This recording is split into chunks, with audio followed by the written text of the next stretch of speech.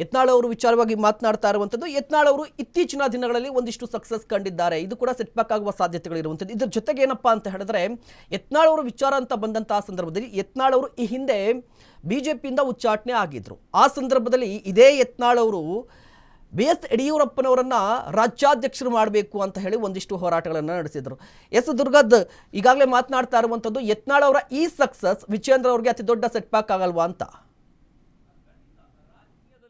ಏರಿಳಿತಗಳು ಸಹಜವಾಗಿ ಇದ್ದೇ ಇರುತ್ತೆ ಮಹೇಶ್. ಅದರಲ್ಲೂ ಕೂಡ ಪ್ರಮುಖವಾಗಿ ಬಿಜೆಪಿಯಲ್ಲಿ ಯತ್ನಾಳ್ ವರ್ಸಸ್ ವಿಜೇಂದ್ರ ಅವರ ಫೈಟ್ ಏನಿದೆ, ಆ ಒಂದು ಫೈಟಿನ ಜಟಾಪಟಿಯಲ್ಲಿ ಪ್ರಮುಖವಾಗಿ ಈಗ ಮೊದಲ ಹಂತದ ಯಶಸ್ವಿಯನ್ನು ಯತ್ನಾಳ್ ಅವರು ಕಂಡುಕೊಂಡ್ರ ಅನ್ನುವಂಥ ಈಗ ಪ್ರಶ್ನೆ. ಯಾಕೆಂತಂದು ಹೇಳಿದ್ರೆ, ಅವರು ನವೆಂಬರ್ 25ರಂದು ವಕ್ಫ್ ಹೋರಾಟ ಶುರುವಾದಂಥ ಸಂದರ್ಭದಲ್ಲಿ ಅಲ್ಲಿಯ ಬೀದರ್ನ ಏನು ಜಿಲ್ಲಾಧ್ಯಕ್ಷರು ಇರ್ತಾರೆ, ನೇರವಾಗಿ ಹೋಗಿ ದೂರನ್ನು ಕೊಡ್ತಾರೆ.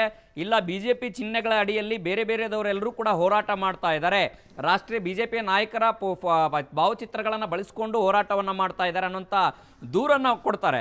ಆದರೆ ಹೈಕಮಾಂಡ್ಗೆ ಇದು ಯಾವಾಗ ಗಮನಕ್ಕೆ ಹೋಗುತ್ತೆ, ಹೈಕಮಾಂಡೇ ಈಗ ವಕ್ಫ್ ಹೋರಾಟವನ್ನು ಮುನ್ನಡೆಸಬೇಕು ಅನ್ನೋಂಥ ಸೂಚನೆಯನ್ನು ಕೊಟ್ಟಿರುವಂಥದ್ದು ನೋಡಿದ್ರೆ, ಇದು ಎಲ್ಲ ಒಂದು ಕಡೆಗೆ ಯತ್ನಾಳ್ ಅವರ ಮೊದಲ ಹಂತದ ಯಶಸ್ಸು. ಅಂದರೆ ಹೈಕಮಾಂಡ್ಗೂ ಕೂಡ ಮನವರಿಕೆ ಆಗಿದೆ, ಸರ್ಕಾರದ ವಿರುದ್ಧ ವಕ್ಫ್ ಹೋರಾಟ ಶುರು ಮಾಡಿರುವಂಥದ್ದು ಸರಿಯಾಗಿದೆ ಈ ಒಂದು ಸಂದರ್ಭದಲ್ಲಿ ಅನ್ನುವಂತಹ ಮನವರಿಕೆ ಹೈಕಮಾಂಡ್ಗೆ ಆಗಿರುವಂಥ ಕಾರಣಕ್ಕಾಗಿ ಅವರು ಕೂಡ ಒಂದಷ್ಟು ಸೂಚನೆಗಳನ್ನು ಕೊಟ್ಟಿರುವಂಥದ್ದು. ಆದರೆ ಇಲ್ಲಿ ಒಗ್ಗಟ್ಟಿನ ಹೋರಾಟವನ್ನು ಮಾಡಬೇಕು, ಯತ್ನಾಳ್ ಅವರದ್ದು ಒಂದು ಟೀಮ್ ಆಯಿತು ಅಥವಾ ವಿಜೇಂದ್ರ ಅವರ ಒಂದು ಟೀಮ್ ಆಯಿತು ಅನ್ನೋಂಥ ಬಣಬಡಿದಾಟ ಬೇಕಾಗಿಲ್ಲ.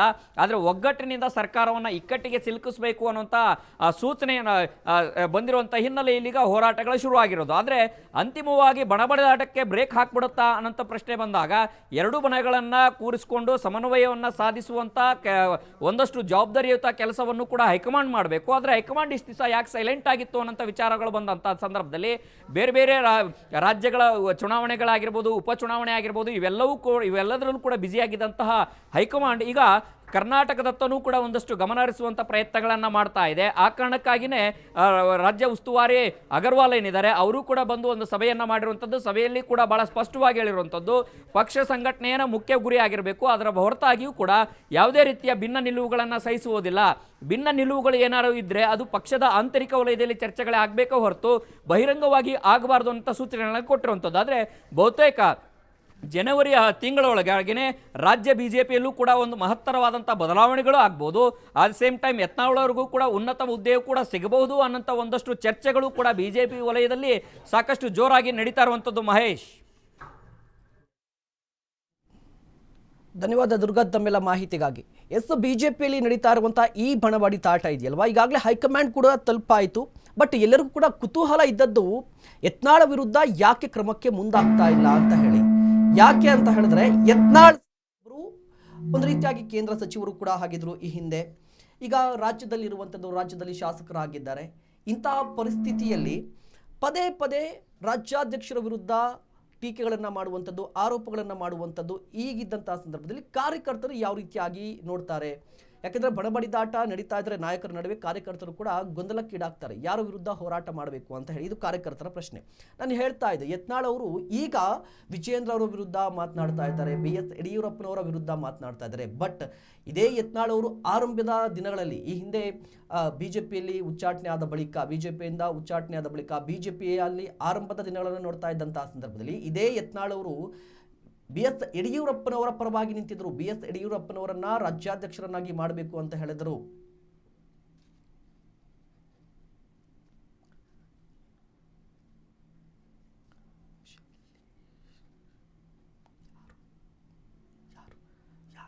ಆದರೆ ಈಗ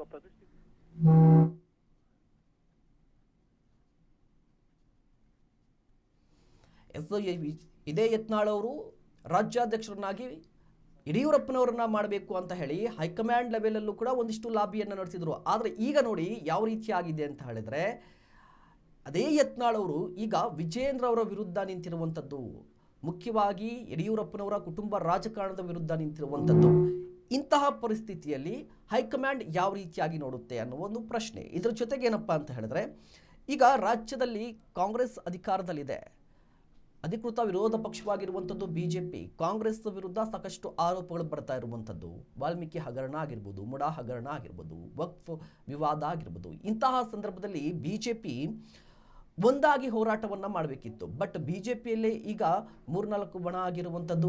ಇದರ ಜೊತೆಗೆ ಈ ಬಣಬಡಿದಾಟ ಬೀದಿಗೆ ಬಂದು ರಂಪಾಟ ಆಗಿ ಸಾಕಷ್ಟು ಸದ್ದು ಮಾಡ್ತಾ ಇದ್ರು ಕೂಡ ಹೈಕಮಾಂಡ್ ಯಾರ ವಿರುದ್ಧ ಕ್ರಮಕ್ಕೆ ಮುಂದಾಗಬೇಕಿತ್ತು, ಯಾರು ಪಕ್ಷದ ವಿರುದ್ಧ ನಿಂತ್ಕೊಂಡಿದ್ರು, ಯಾರು ಅಧ್ಯಕ್ಷರ ವಿರುದ್ಧ ಮಾತನಾಡ್ತಿದ್ದಾರೆ ಅವರ ವಿರುದ್ಧ ಕ್ರಮಕ್ಕೆ ಮುಂದಾಗಬೇಕಿತ್ತು. ಬಟ್ ಆ ಕೆಲಸವನ್ನ ಮಾಡ್ತಾ ಇಲ್ವಲ್ಲ ಅಂತ ಹೇಳಿ ಕಾರ್ಯಕರ್ತರು ಕೂಡ ಒಂದಿಷ್ಟು ಗೊಂದಲಕ್ಕೀಡಾಗಿರುವಂಥದ್ದು.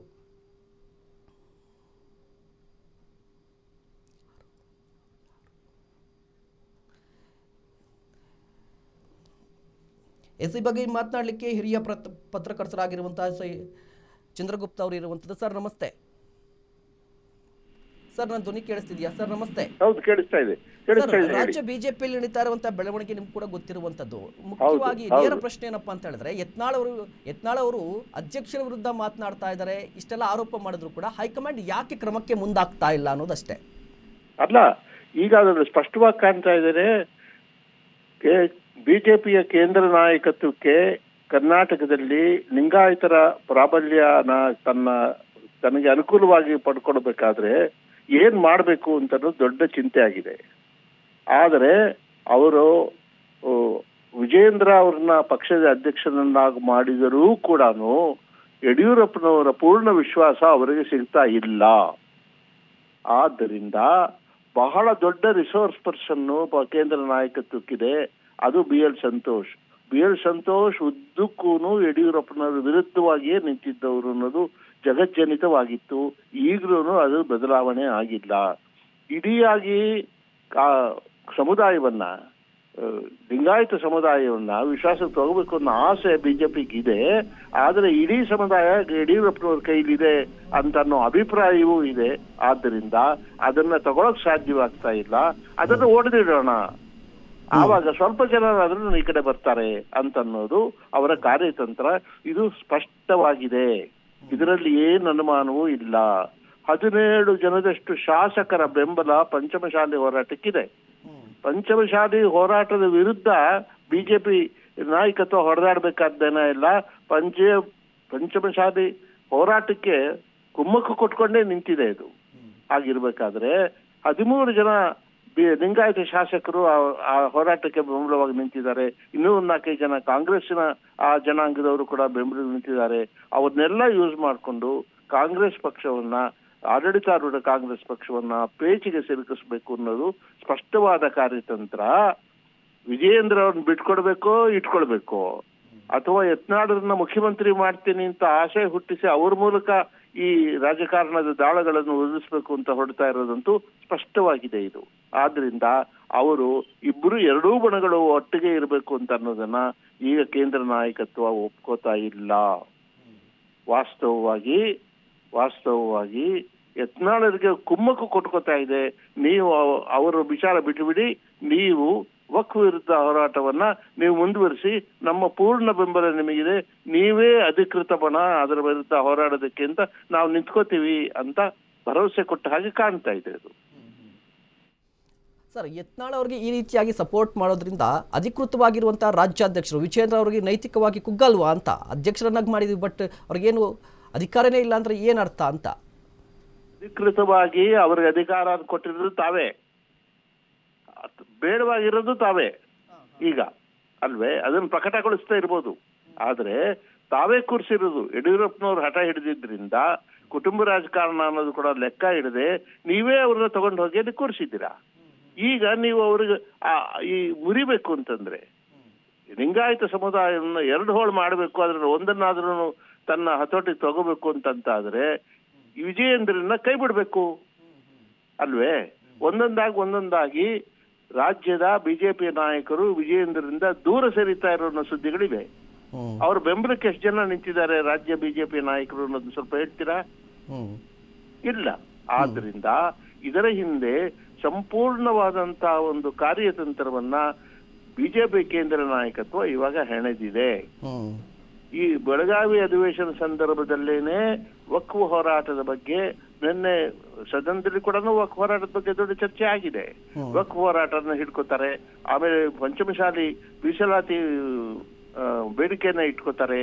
ಸೊ ರಾಜ್ಯ ನಾಯಕತ್ವದಲ್ಲಿ ಏನಿದೆ, ರಾಜ್ಯ ಬಿಜೆಪಿ ನಾಯಕತ್ವ ಏನಿದೆ, ಅದನ್ನ ಸಂಪೂರ್ಣವಾಗಿ ತನ್ನ ವಿಶ್ವಾಸ ತಗೊಂಡು ತಾವು ಹೇಳಿದ ಹಾಗೇನೆ ಕೇಳಬೇಕು ಅಂತ ಮಾಡಿದ್ರೆ ಮಾತ್ರ ಯಡಿಯೂರಪ್ಪನವರ ಮತ್ತು ಅವರ ಮಗನ ಪ್ರಭಾವವನ್ನ ಕುಂದಿಸೋದಕ್ಕೆ ಸಾಧ್ಯ ಅಂತನ್ನೋ ಮಟ್ಟಕ್ಕೆ ಈಗ ಕೇಂದ್ರ ನಾಯಕತ್ವ ಬಂದಿರೋದ್ರಿಂದ ಸರಿ ತಪ್ಪು ದಾವಿಲ್ ಕೂತ್ಕೊಂಡು ತೀರ್ಮಾನ ಮಾಡೋದ್ರಿಂದ ಏನು ಪ್ರಯೋಜನ ಇಲ್ಲ. ಆದ್ರಿಂದ ಇದು ಸಂಪೂರ್ಣವಾಗಿ ಈ ವ್ಯವಹಾರಗಳನ್ನು ನೋಡ್ಕೊತಾ ಇರುವಂತ ಅಮಿತ್ ಶಾ ಅವರ ಕಾರ್ಯತಂತ್ರದ ಪ್ರಕಾರವೇ ಇದೆಲ್ಲ ನಡೀತಾ ಇದೆ ಅಂತ ನನಗನ್ಸುತ್ತೆ. ಓಕೆ ಓಕೆ, ಧನ್ಯವಾದ ಸರ್ ಅಶ್ವವೇಗದ ಜೊತೆ ಮಾತನಾಡೋಕ್ಕೆ. Thank you so much.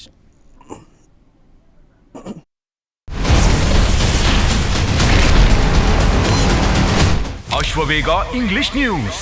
Coming soon. Your channel, your voice, your trust.